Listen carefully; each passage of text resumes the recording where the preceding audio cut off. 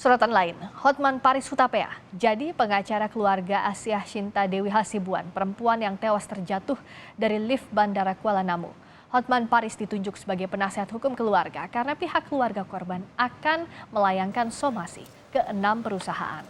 Ke-6 perusahaan yang akan disomasi keluarga korban antara lain PT Angkasa Pura II, PT Angkasa Pura Aviasi, PT Angkasa Pura Solusi, GMR Airports Ltd, GMR Airports Consortium, dan Aeroports Depari. Langkah somasi ini ditempuh keluarga Asyah karena belum ada kejelasan terkait kasus jatuhnya Asyah dari lift Bandara Kuala Namu, Sumatera Utara.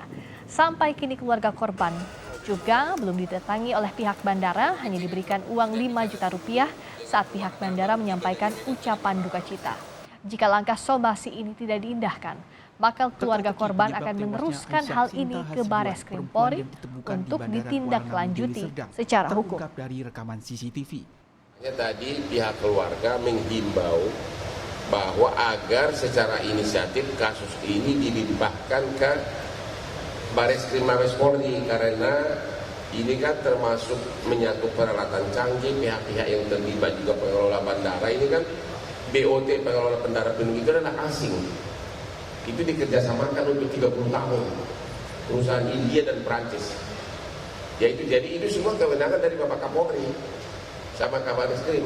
Itulah kita himbau karena kalau skopnya di daerah rasanya ada pertanyaan sejauh mana nanti bisa mereka menangani yang kalau para pihak saksinya